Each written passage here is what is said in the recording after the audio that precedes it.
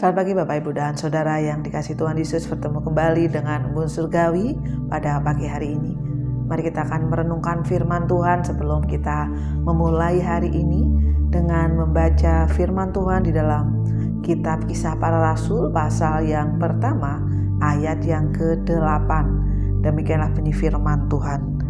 Tetapi kamu akan menerima kuasa kalau Roh Kudus turun ke atas kamu, dan kamu akan menjadi saksiku di Yerusalem dan seluruh Yudea dan Samaria dan sampai ke ujung bumi. Bapak Ibu dan Saudara yang dikasihi Tuhan, minggu-minggu ini adalah minggu-minggu setelah kenaikan Tuhan Yesus, dan kita akan menerima pencurahan Roh Kudus ya secara kalender. Kita melihat bahwa di dalam kitab yang kita baca pada pagi hari ini, kamu akan menerima kuasa. Ya, kita akan menerima kuasa kalau Roh Kudus turun ke atas kita. Bapak Ibu dan Saudara yang dikasihi Tuhan, untuk menjadi saksinya Tuhan perlu apa? Perlu Roh Kudus ya. Untuk menjadi saksinya Tuhan tidak bisa dengan kekuatan kita sendiri.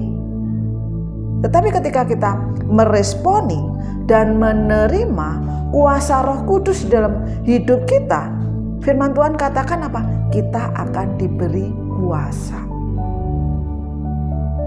Di dalam Pentakosta yang pertama, firman Tuhan katakan ya di dalam kitab Kisah Para Rasul pasal yang kedua, kalau Bapak Ibu nanti membaca masing-masing, kita melihat dari 120 murid pada waktu itu, karena kuasa yang diberikan kepada murid-muridnya, sehingga apa? Mereka berkembang luar biasa. Menjadi 3.000 orang yang percaya kepada Tuhan Yesus. Sehingga ketika pencurahan Roh Kudus, ketika Pentakosta terjadi pada waktu itu, kekristenan atau orang yang percaya itu berlipat ganda luar biasa. Ya, mungkin 70% orang menjadi percaya kepada Tuhan Yesus. Saya pernah mendengar bagaimana kuasa Tuhan Yesus dinyatakan melalui KKR yang ada ya, melalui ibadah-ibadah yang dilakukan umat Tuhan pada mula-mula jemaat pada waktu itu. Tetapi setelah itu kekristenan menjadi mundur karena adanya masa kegelapan, sehingga apa? Gereja itu tinggal sekitar 30% orang yang percaya kepada Tuhan Yesus ya. Tetapi syukur kepada Allah ya, kalau kita melihat, mungkin mendengar cerita bahwa di abad awal 20 ya, atau sekitar tahun 1900, 10 tahun antara 1901 sampai 1098, ada penuaian besar-besaran terjadi.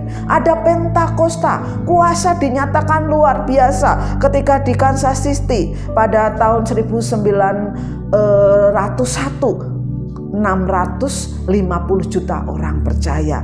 Di Wales berapa jutaan orang percaya. Bahkan yang terakhir di Azusa Street, kalau kita pernah mendengar, di tahun 1906 ada 500 juta orang percaya menerima lawatan kuasa Roh Kudus. Sehingga apa? Kekristenan semakin menjadi naik kembali ya. Kekristenan menjadi luar biasa sekali.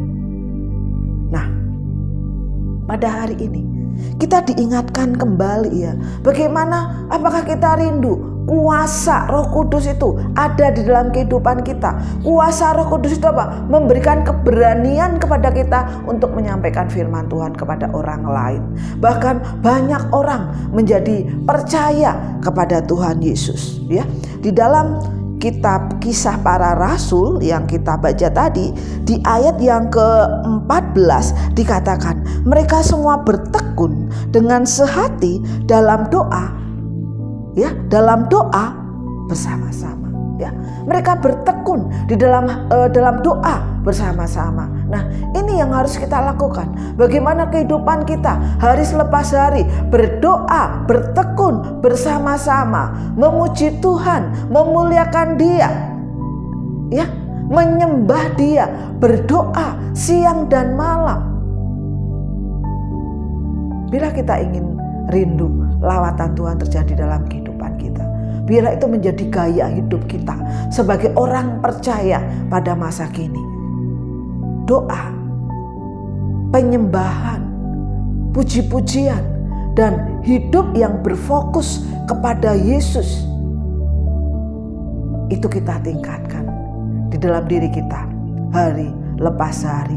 Dan di hari-hari menjelang Pentakosta pada minggu-minggu ini, kita dikuatkan kembali, kita diingatkan kembali, supaya kita mempunyai keberanian untuk menyampaikan kabar baik.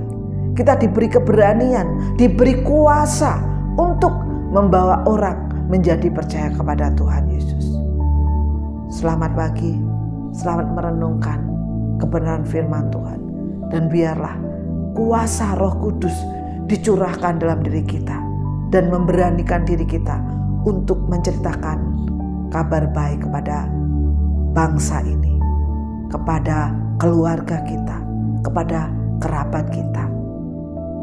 Tuhan Yesus memberkati.